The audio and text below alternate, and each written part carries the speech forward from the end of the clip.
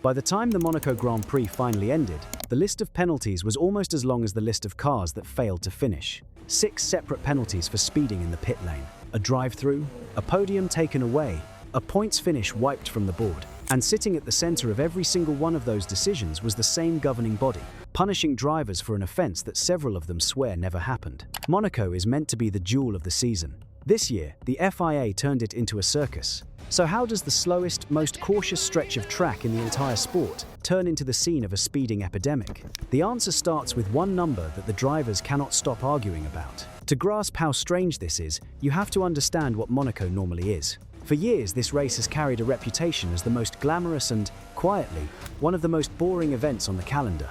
The cars are too big, the circuit too narrow, and overtaking is so difficult that the result is often settled on Saturday in qualifying, then cruised home in a long procession on Sunday. Drivers hold station.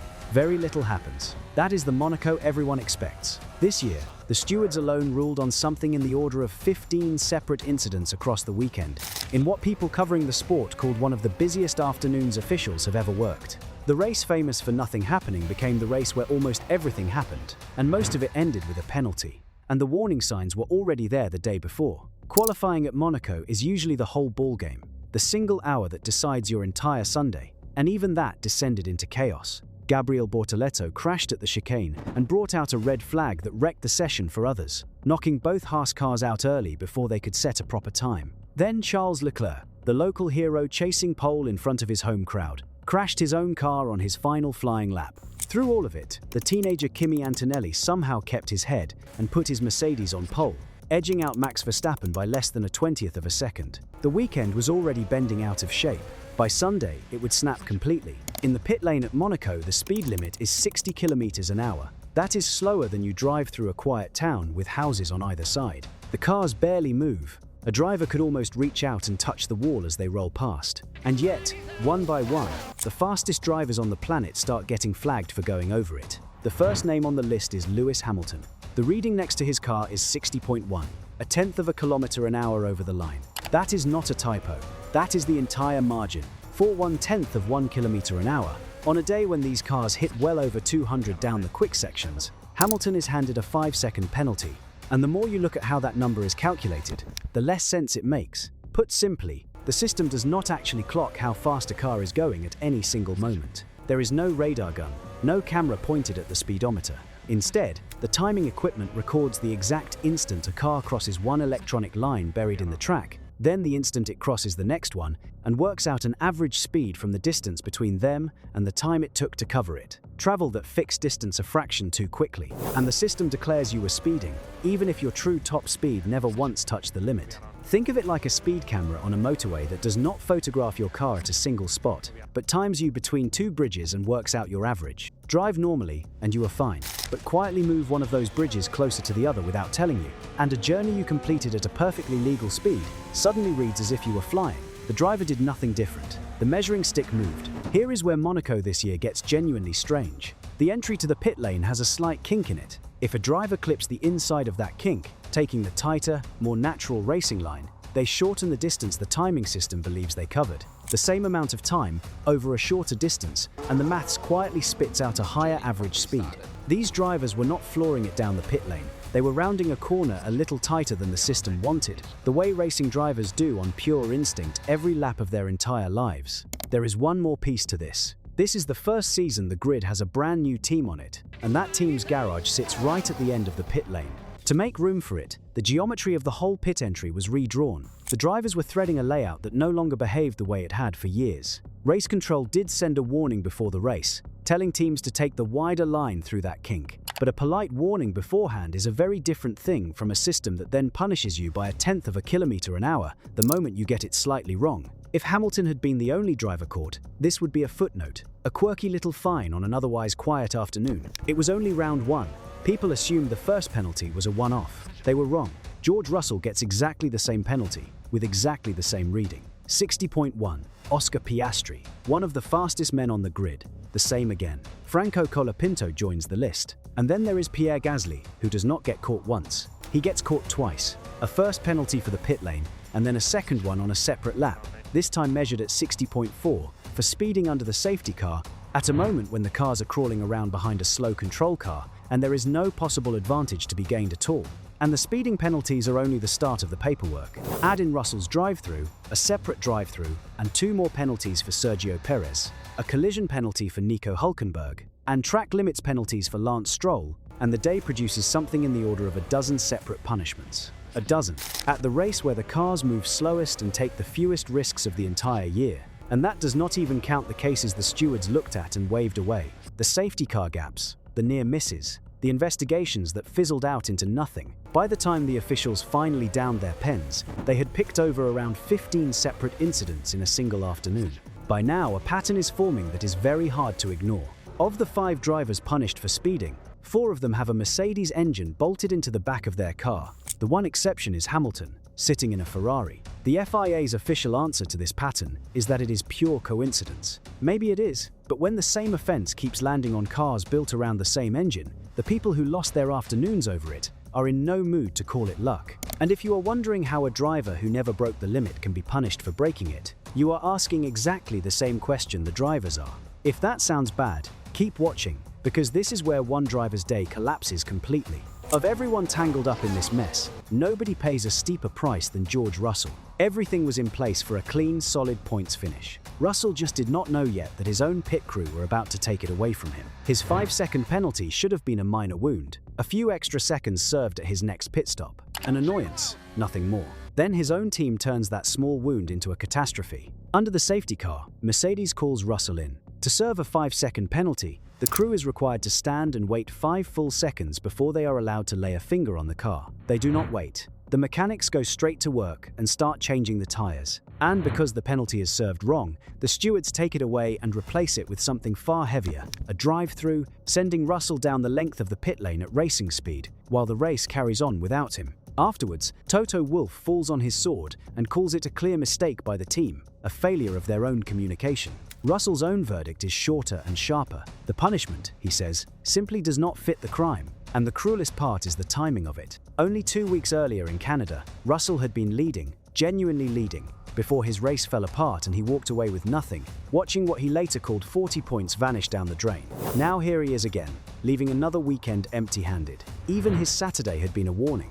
Antonelli had beaten him in every single part of qualifying, leaving Russell back in 6th and visibly baffled by how far adrift of his own teammate he suddenly found himself. 2 races, 2 disasters, and a teammate pulling further away by the week. By the time the flag falls, Russell is not just outside the points. He is a full lap behind the leader, lapped by the silver car ahead of him, which happens to be the other Mercedes, driven by his teenage teammate. He crosses the line in 12th, and in the championship standings he slides down to 3rd, now sitting behind Lewis Hamilton, a driver many had quietly written off only a few months earlier. If you are the kind of fan who wants the whole story and not just a highlights reel, subscribe and stick with me, because there is far more going wrong at this Monaco than a handful of speeding fines. Now look closely at Pierre Gasly, because his case is the one that drags this from a bad day into a genuine scandal. For most of the afternoon, Gasly is running in 3rd place, an actual podium, for a team that has barely scored all season long. Then the 2 penalties land, the podium evaporates in front of him, and he tumbles down to 7th. Afterwards, he says he is heartbroken. He says, plainly, that he was robbed. And the real question is what happens next behind closed doors. Alpine refuses to simply accept it. The team files what is called a right of review, a formal demand for the stewards to examine the whole decision again. Leading that fight is Flavio Briatore, the veteran the team brought back to run its operation, a man who has spent decades in this sport and is not easily brushed aside. Briatore says the team strongly disagrees with the call, and that the very fact the same penalty struck at least 4 different teams on the same day makes it a powerful case to reopen. When one problem hits 4 teams at once, he argues, it stops looking like 4 separate driver errors and starts looking like a single system error. To actually win that review though, Alpine has to bring something genuinely new to the table, a fresh piece of evidence that was not available on the day itself. That is a high bar to clear. History says these requests succeed less than a third of the time. The last team to pull it off managed it the previous season, and only just. But here is the cruel catch buried inside all of this. Even if Alpine wins, even if Gasly is handed his 3rd place back weeks after the cars have gone home, Russell still does not get his race back. A right of review can return a podium to one driver. It cannot undrive a drive-through. Russell's afternoon is gone for good, whatever the paperwork eventually says. And every single one of these penalties, every protest and every appeal, is unfolding around a race that is busy falling to pieces all on its own. Start right at the front, because the trouble begins before the race has even settled into a rhythm. Antonelli has the pole, but the man lined up alongside him does not even survive the opening lap. When the lights go out, Max Verstappen barely moves. His engine, in his own description, simply cuts out on the formation lap, and one of the biggest names in the entire sport is wheeled away before the race has properly begun. It is his second retirement of the season, and his team will end up fitting an entirely new engine before the next race, insisting the failure had been quietly building on that slow lap to the grid. And he is not the only contender to simply break down. Lando Norris, one of the men supposed to be fighting at the front, rolls to a silent halt with his McLaren broken beneath him. Then the circuit itself begins to give up. Lance Stroll crashes heavily at the final corner, bringing out the safety car. On the restart, Charles Leclerc, running third in front of his home crowd, crashes at the very same corner, climbing from the wreck and blaming his brakes for abandoning him. The corner keeps swallowing cars, and the reason becomes clear. The track surface there is physically breaking apart under the weight and speed of the field. With the asphalt lifting in chunks, race control stops the race altogether. A red flag, with 10 laps still to run, at the most famous circuit in all of motorsport, because the road has started to come apart. What follows is almost surreal. The race is frozen for the best part of 40 minutes, while officials head out onto the circuit and physically patch the broken surface, laying down repairs in the middle of a Grand Prix that is supposed to be the crown jewel of the entire sport. When the cars finally line up again for a second standing start, Antonelli has Hamilton right beside him, the win suddenly thrown back into play after the teenager had spent the whole afternoon cruising clear of everyone.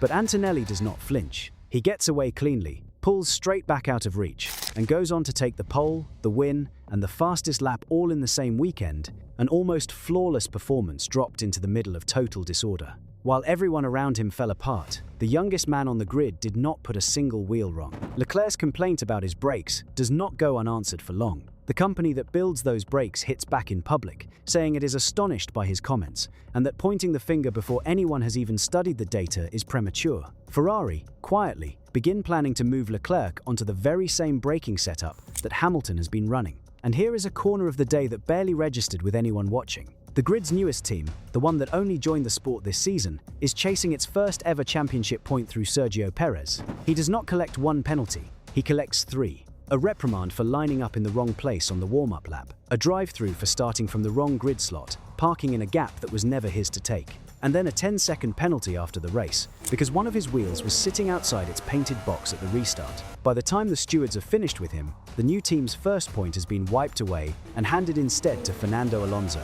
A team that arrived in Formula One with enormous fanfare leaves Monaco with absolutely nothing, stripped bare by the rulebook, and the podium itself was not even safe from the paperwork. The man who finishes third, the young Red Bull driver Ishaq Hadjar, climbs the steps for the first podium of his entire career, only to find the stewards taking a hard look at his car. During the red flag stoppage, his mechanics had started a small repair, then stopped and put the car back exactly the way it was, because touching it at that moment risked breaking a strict rule about working on cars under a red flag. For a while, his maiden podium hangs in the balance over a job his own team began and then abandoned. In the end, the stewards let it stand, but sit with that for a second. On a normal weekend, third place is third place. At this Monaco, even standing on the podium did not mean you were safe from the rulebook. Even the midfield cannot escape it. Nico Hülkenberg picks up a 10-second penalty for a collision he swears he was only ever trying to avoid. The penalties are no longer arriving in 1s and 2s. They are raining down on the timing screens. And when the dust finally settles, the podium itself tells the whole story of the day.